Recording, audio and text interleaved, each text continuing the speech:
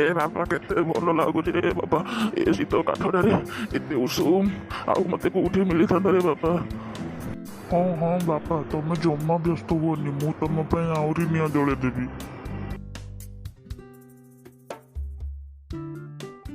ଇଏ ମତେ ପୁଅ ବୋଲି ମାନୁଛି, କିନ୍ତୁ ମୋ ପୁଅ ମାନେ ଦେଖ ଏ ଶୀତ କାକରରେ ବି ମତେ ଘରୁ କାଢି ଦେଇଛନ୍ତି।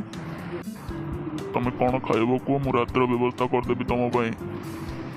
ଏ ପୁଅର ଭଗବାନ ବହୁତ ମଙ୍ଗଳ କରିବେ। ଯାହା ହଉ ଦୁନିଆରେ ଭଗବାନ ମତେ ଏହି ପିଲାକୁ ପଠେଇଛନ୍ତି, ଭଗବାନଙ୍କୁ ବହୁତ ବହୁତ ଧନ୍ୟବାଦ। ହଉ ବାପା, ତମେ ଯଦି ଖାଇବା କଥା କହୁଛ ମତେ ଚୁଡ଼ା ଟିକେ ଦେଇଦେଲେ ବି ହେଇଯିବ ବାବା, କିନ୍ତୁ ତମେ ପାଇଁ ତମ ବ୍ୟବସ୍ଥା କରିଦିଅ। ତମେ କ'ଣ ଖାଇବ କୁହ, ମୁଁ ତମ ପାଇଁ ଆଣିଦେବି। ଚୁଡ଼ା ଖାଇବ ବୋଲି ଏପରି କୁହ ନାହିଁ। ତମ ଦୁଃଖ ଦେଖିଲେ ମୋତେ ଭାରି ଦୁଃଖ ଲାଗୁଛି। ମୋର ମଧ୍ୟ ଏଇ ଦୁନିଆରେ କେହି ନାହାନ୍ତି। ମୁଁ ଅନାଥ ଛୁଆଟେ ଏଇ ରାସ୍ତା କଡ଼ରେ ହିଁ ପଡ଼ି ପଡ଼ି ବଡ଼ ହେଇଛି। ତେଣୁ ମୁଁ ଅନ୍ୟର ଦୁଃଖ ଦେଖିଲେ ସହିପାରୁନାହିଁ। ହଉ ହଉ ଠିକ୍ ଅଛି, ଦୁଃଖ କାହାଣୀ ସେତିକି ଥାଉ। ଏବେ ଚାଲ କ'ଣ ଖାଇକି ଶୋଇବା। ହଉ ହଉ ବାପା, କ'ଣ ବ୍ୟବସ୍ଥା କରିଦିଅ, ଖାଇକି ଶୋଇପଡ଼ିବା। ଇଏ ହୁଏ ନା ବାଦ। ତମେ ଏଠି ବସିଥାଅ, ମୁଁ ତମ ପାଇଁ କ'ଣ ଖାଇବାକୁ ନେଇକି ଆସୁଛି। ଏ ଭଗବାନ, ଜଣଙ୍କ ପାଇଁ ଜଣେ ପଠେଇଥାନ୍ତି ବୋଲି ମୁଁ କାନରେ ଶୁଣିଥିଲି, କିନ୍ତୁ ଆଜି ପ୍ରଥମ ଥର ପାଇଁ ଆଖିରେ ଦେଖୁଛି। ହେ ଭଗବାନ, ଏ ପିଲାର ମଙ୍ଗଳ ହେଉ। ଯାଏ ଦେଖେ ସେ କ'ଣ କରିଲାଣି, ଖାଇବାକୁ ଗଣ୍ଡେ ଆଣିଲା ନା ନାହିଁ ଯାଏ ଦେଖେ। ହେ ପ୍ରଭୁ।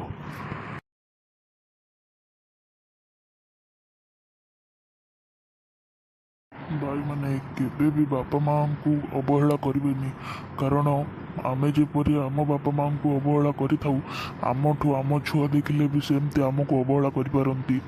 ତେଣୁ ମୁଁ ଏବେଠୁ ସଚେତନ କରିଦେଉଛି ବି, ଆପଣମାନେ ଆପଣଙ୍କ ପିତାମାତାଙ୍କୁ ଯଥେଷ୍ଟ ସମ୍ମାନ ଦିଅନ୍ତୁ ଏବଂ ତାଙ୍କୁ ଘରୁ କାଢ଼ନ୍ତୁ ନାହିଁ।